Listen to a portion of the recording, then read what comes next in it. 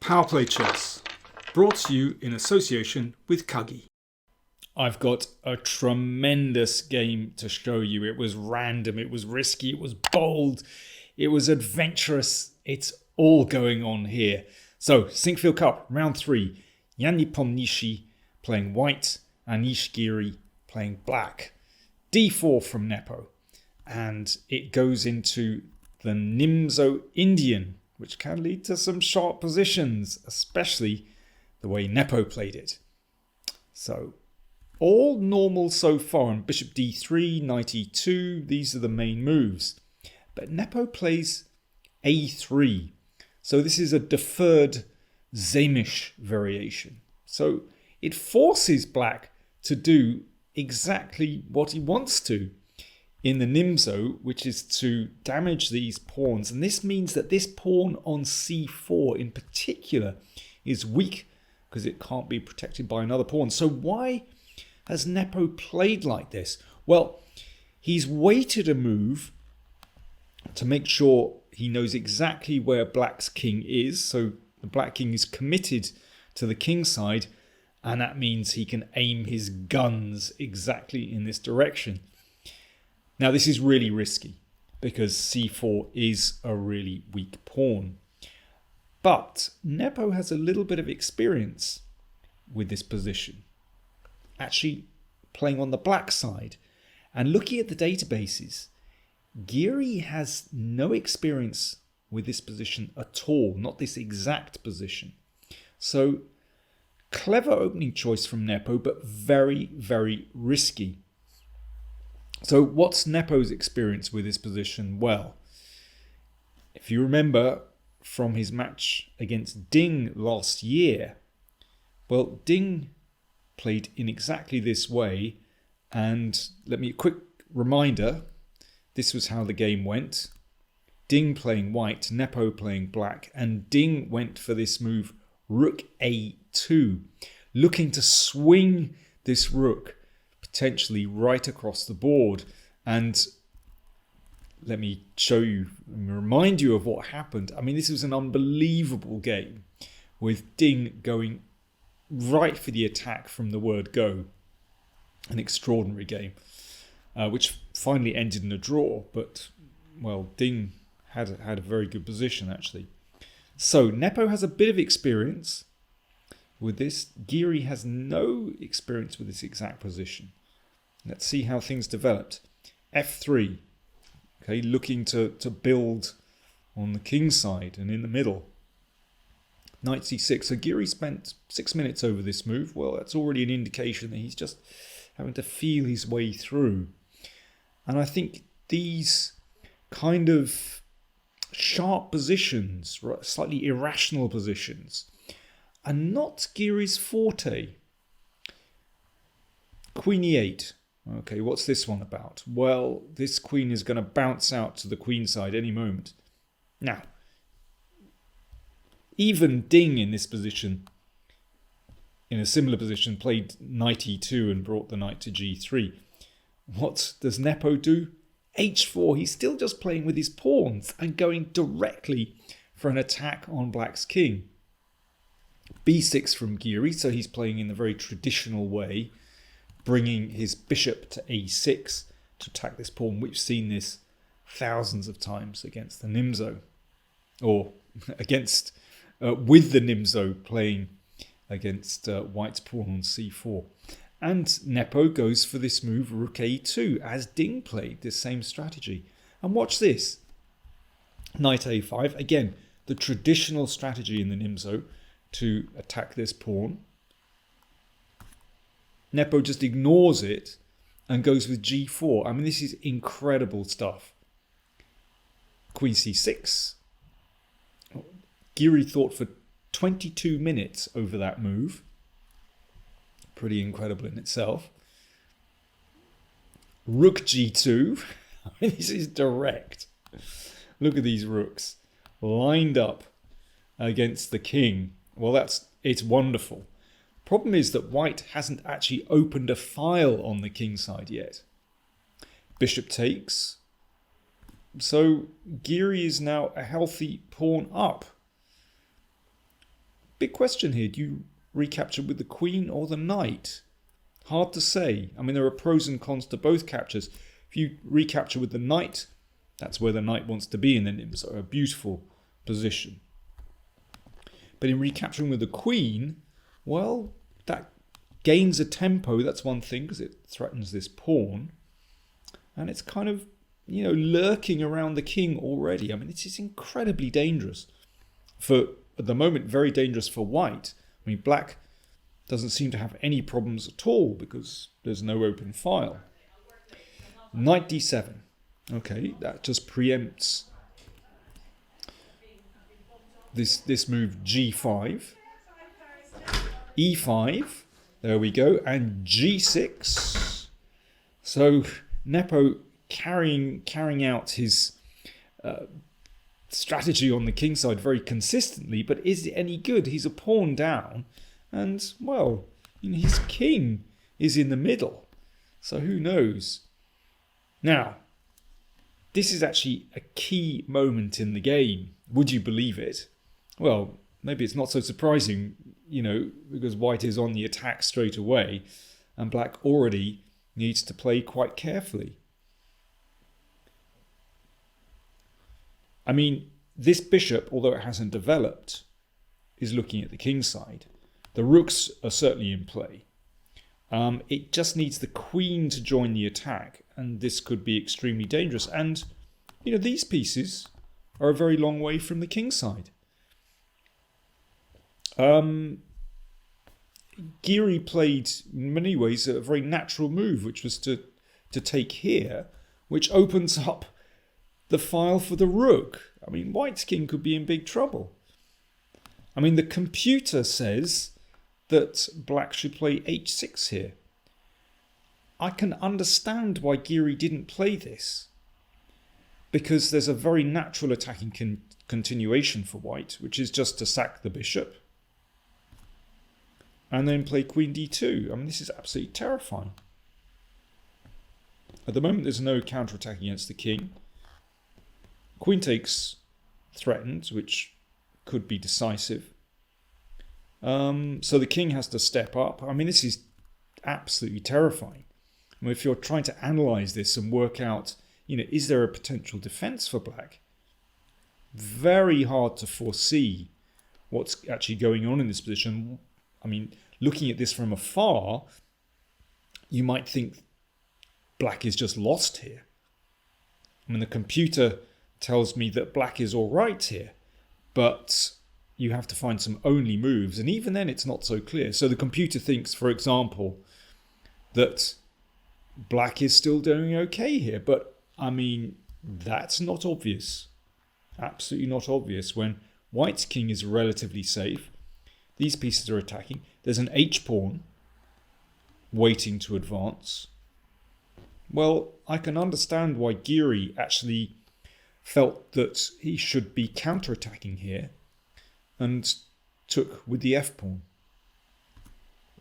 h takes g6. Once again, h6 would be met by bishop takes, and in this case, that is absolutely crushing for white, with the queen about to join the attack. So rook takes f3. Pawn takes, check. So the king is using this pawn as a shield, which looks reasonable. In the meantime, well, black's pieces are stationed pretty well. Rook g1. So these rooks are beautifully connected, and that is a pretty serious threat. Rook d3 doesn't actually help black. In fact, the queen is safe here, and there's a bit of a traffic jam of black pieces. King takes, well, I mean, that's really doesn't look good at all, because the knight is hanging and the king is hanging as well somehow. So the rook came back to f7 to defend the pawn on g7. And now, here we go. There's a wham moment here. Wham! Bishop h6. So I like it when this bishop is developed in one move. That bishop on c1 was just lurking. Very often, games, we don't actually need to develop that queen's bishop. It can sit very nicely on c1 as it is. But it's appeared on h6 and threat to take on g7, so that has to be taken. Rook g8, check. Clearly the king only has one move, just got to step up. And rook takes rook takes a8. I've lost the power of speech. So, material balance. Well, Nepo has won an exchange, a rook for a knight, but black has 2 pawns for it. And for a moment, those rooks aren't connected. This knight is an incredibly important piece, actually. Just holding things for a moment, covering these squares, covering the king. So what's going on here? Well, again, the computer assessment. Computer thinks that this is roughly level. How you define that in human terms is very difficult. Giri plays what looks like, to me, a very natural human move. He brings the knight to f6. This apparently is a blunder. The computer would like black to play queen c6. This is absolutely not obvious that this is the best move. And after rook c8, it believes that queen b7 is the best move. This is unbelievable. And after this, it thinks that black is actually okay here. Well, let me tell you, this is not a continuation you would rush into, because these moves are incredibly difficult to find. And even when you get here, it's not immediately obvious that black is all right here with the king staggering around in the middle of the board. So anyway, I'm just showing you that for the record, this is a very difficult position. Giri plays knight f6, which seems reasonable to bring the knight over towards the king, but also attacking this pawn in the middle. But after pawn takes pawn, he's in big trouble. So if pawn takes, then queen d8 is immediately crushing, threatening a mate. So not pawn takes. What else have we got? Queen takes e4. That doesn't work. Now that's an extra rook. Well, it's an extra rook until queen takes rook is played.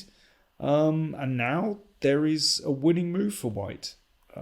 This is still tricky. Apparently queen a4 is winning. With this idea, the queen swings across, so that's no good. So pawn takes pawn, knight takes e4 played. Right. I'm going to stop for a moment and let you have a think. So white to play and win. What would you play if you had white in this position? It's absolutely not obvious. Quick reminder of the time control. It's 120 minutes, 2 hours for all moves, but you get 30 seconds increment per move. But what was interesting was that Nepo was playing incredibly quickly. He sometimes does this. We remarked in the World Championship match last year about sometimes you would just say, slow down, Nepo. This is too much. Sometimes he rushed things unnecessarily. In this game, it seems to have had a dramatic effect because Giri was kind of all over the place at this moment. Anyway, this is the position after 24 moves, with Nepo playing quickly. White to play and win. How would you play as white? Cheers. You have a think. I'll have a drink.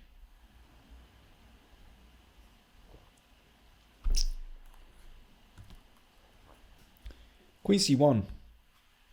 It's time for the queen to enter the attack.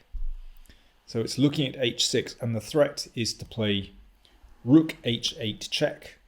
The king steps back, and then the queen takes on h6. So a little sidestep, but it has huge consequences. Giri played knight g5, and that was taken. And this would just bring the queen into the game. So if pawn takes, then queen takes, and yeah, I think it's pretty clear this is going to be decisive, that the king is just too open. So back in this position, Giri played queen h4 check. The rook came back to g3. And then queen h1 check. Rook came back to g1. Queen takes a8. I mean, this is incredible. Giri is playing pool or snooker or whatever you want to call it, bouncing around the angles. I mean, this queen is just, I mean, it's been on an incredible tour. All the way over here and back to a8. Unbelievable. And now it's Nepo's time to play snooker. Queen c2 check. And it bounces into g6. Unbelievable. I think the real star, well, I'll come on to the real star in a second. So, I mean, queen h6 would be decisive now. So the queen came to f8. And e6, threatening the rook. And black is just completely lost now. So, for example, rook f6, e7, that's a clever little move. And that's decisive, that's mate. What else? Rook e7 played. So rook h1, clever move. Hitting the pawn, forcing the rook back. Well, if queen g7, then this is winning with the idea rook g6. That's. I've highlighted a few squares here actually. So rook g6 is the threat and is basically winning for white. But look at the job that knight is doing. In fact, has been doing throughout the game. It covers g1 and g3 squares. It covers the king, so there's no check on the e-file. It covers c3, so the queen is looking down there. So the king and knight often a very efficient defensive duo because they complement each other in the squares they cover. You can see the king covers these squares and the knight just goes a little further afield and covers these squares. That knight is the real hero of this game. So coming back here, rook h1 just played. Rook came back to h7 to cover. And now a switch back to the f-file. Attacking the queen. Rook f7. And, Giri took on f7. Let's just have a quick look at queen h4. Again, this just shows how strong a defensive piece the knight is. So basically the king just runs around the knight. And the sensible checks have run out. Again, a very typical defensive strategy where the king just keeps close to the knight and actually all the squares are covered. So the game finished like this. Rook takes rook. Pawn takes, threatening queen takes pawn on h6 mate. Queen f6. And now, well, the real hero of the game stepped in at the final moment. Knight f4, and here Giri resigned. I mean, there is absolutely no defense. Let me just show you what the threat is. So, for example, okay, random move with the knight. Knight e6, queen f5 mate, for example. Or queen g7 here, and there we go, mate in a couple. Yeah, I think we should leave it at that final position because I think that says a lot. Look at that knight on a5. Never got in the game. Springer am Rand bringt Kummer und Schand, as we often say in West London and parts of Dublin too. Let's go back to this position. So yeah, Giri made the decision to take on c4, which is good for black. The computer will tell you black is doing fine here. There are pros and cons to both captures. Would it have been better to recapture with the knight? Who knows? Black would also face an attack in that case, but very hard to divine. But wow, what a clever opening choice from Nepo, playing like this. Giri was kind of at sea, and it's this kind of irrational position. is not his forte.